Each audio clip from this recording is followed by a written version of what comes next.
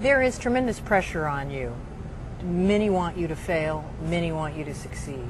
How do you feel about that? It is a lot of pressure, and it is tough to take sometimes, I have to say. It is not an easy thing. No doubt if something goes wrong with our first flight, there will be people that use that as ammunition to say that commercial and private enterprise is not the way to go. And there'll also be supporters who say, well, we've got to keep trying, and we will. I mean, we're going to keep going, and however long it takes, we'll get it right. So it's important to appreciate things may not work on the first flight, but they will work later, and we'll get there. We're going to build the escape engines into the sidewall of the spacecraft. So the net result is that you'll actually be able to have escape capability all the way to orbit. Traditional escape systems with the tower, you jettison the tower shortly after second stage ignition, so you don't actually have escape capability all the way through orbit insertion. Even the Apollo didn't have that. The Russians don't have it, the Chinese don't have it. So this would be quite new. It would be an escape system that is capable of providing escape all the way through orbit insertion. Also, because you don't have to release the escape tower every time, you don't have that as a necessary thing that has to occur with every flight. So with the Russian system, or with the Chinese system, or with Apollo, if you fail to eject the escape tower, then it will be a crew fatality. But by building the engines into the spacecraft, there's no ejection required. It'd be like flying a plane where every time you fly the plane, the ejection seat has to work. Or you die. Or you die, right.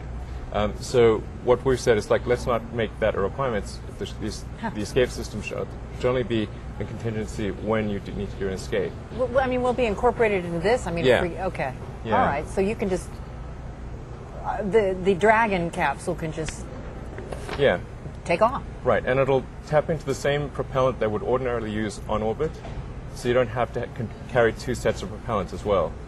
Because you either need orbital maneuvering or you need escape. You don't need both. How can you make this for 90% less? How can you do that?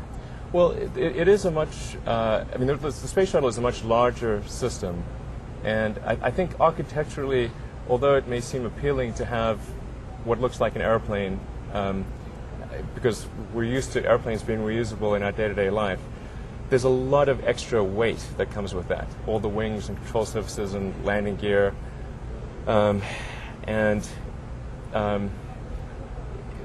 that's just a lot you've got to carry to orbit and carry back. And all that stuff, all the wings and control surfaces and landing gear, are completely useless on ascent. They're actually dangerous on the initial portion of re-entry. And all it does is that last 5 minutes allows you to land at a runway at a pretty extreme cost of mass. So you end up having to have this very big, this huge launch system for a relatively small payload. We have a rule at SpaceX, which is anyone can talk to anyone, anytime.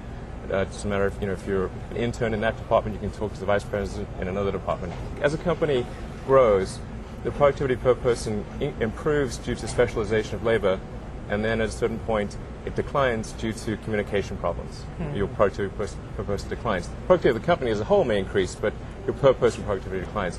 And so naturally, you want to fight that and maximize communication. Do you want to go?